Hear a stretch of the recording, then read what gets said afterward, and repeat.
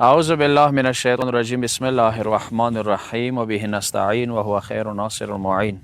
قابل قدر سامعین ناظرین، یوه حساس مسله حدیثونو حواله سره یا ځنه نور ښه اقوالو حواله سره وي چې مو بهترین ځوانان کوشش یې دغه وي چې ګوړې باندې هم شیشې باندې یو قول ولیکي یا مثلا فیسبوک ته یو قول ورکړي امام علي امام حسین علیه السلام.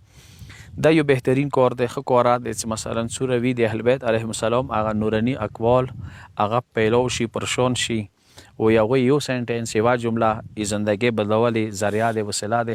خو یو شی هغه کې چې کومه حساسه مسله دغه دا دی چې کله تاسو کوم حدیث ورکوئ یا فیسبوک ته ورکوئ یا مسنجر باندې چلاوئ یا واتساپ کې یو بل ته واستوئ یا ګوړو شیشو باندې لیکوئ، کم از کم علماو سره دې حوالې سره بتا کوئ چې دا حدیث دی که نه دی.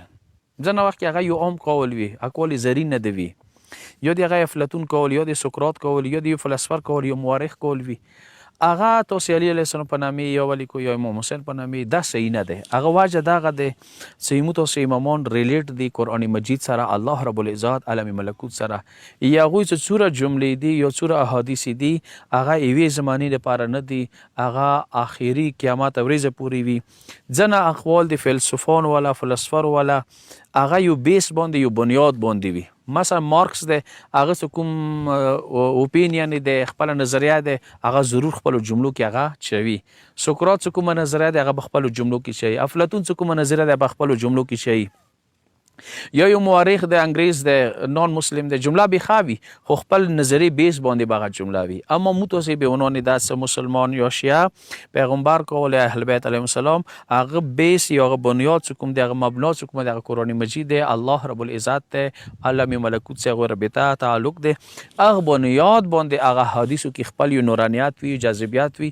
ځینې وخت کې هغه قول بې بل چې تو به علی علیه السلام تړلی وي، هغه قول کې به وزن نه وي، هغه قول به کمزوری وي، هغه قول به څه دی یوې نظریې بنیاد باندې وي چې هغه انټي آف اسلام نظریه به وي، هغه بیا علي علیه السلام سره منسوب کېږي، هغه نه بیا مشکلات جوړېدلی شي. دې حوالې سره ډېر حساس وي، ډېر په کار د کوشش وکړئ چې کله حدیث چایي ته ښه نیت سره چایي، خو ښه نیت سره بصیرت هوښیارته په کار دا دی چې ته وکړې چې دا حدیث چا دی، داسې نه وي چې هغه حدیث امام علي علیه السلام نه دی، هغه یې چا والا دی، هغه ته امام علي علیه السلام سره منسوب کړلو یا د مولا حسین علیه السلام سره منسوب. یا ځینې وخت کې حدیث د امام حسین علیه السلام دی، هغه سقراط سره افلاطون سره منسوب شولو.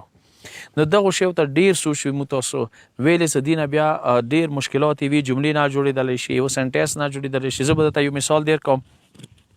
علي علیه السلام یو حدیث دی چې تاسو یې چا غلامان ما جوړېږئ، تاسو خدای آزاد پیدا کړي.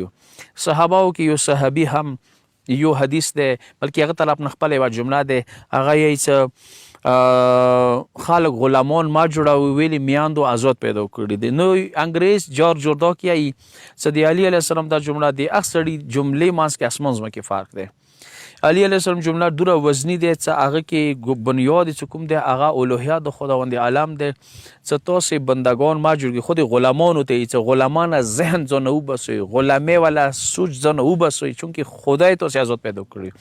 اما د بل قول ځکه هم کمزوری دی چې دې کې خود غلامانو ذهن یې جنجوړ نه دی کړی، بلکې بدشایانو ته یې ویلي چې تاسې ویلې غلامان جوړوئ. نو بدشایان کله ټیکېږي؟ یا هغه کسان چې هغوی کې خوی د دغه دی چې خلک ځان د غلامان کې هغوی مثلا کوشش انده وي چې همیشه دپاره خلک غلامان جوړ کړي، هغه ته که ته یې تا نصیحت وکړي نو هغه یې علي علیه السلام قول ځکه وزني دی چې هغه ډایرکټ غلامان مخاطب کړي چې ویلې غلام جوړېږي، ته خدای آزاد پیدا کړي. اما د بل قول کې چې خلک غلامان ما جوړې میاندو آزاد پیدا کړي، دغه قول کې اسمان کې فرق دی. نو دې وجې نه دغه قولو کې ډېر فرق وي. سوال دا کوم چې کله حدیث کسې پوره یقین وي چې بهار انوار کې دی، اصول کفي کې دی، علماو سره بتا کوئ، هغو ته دغه اول قول واستوئ، هغه نه بعد که پوسټ کوئ، رنګ روغن سه فیسبوکو کې شیر کوئ، بیا سپارونه کوئ. واخر دعوانا الحمدلله رب العالمین.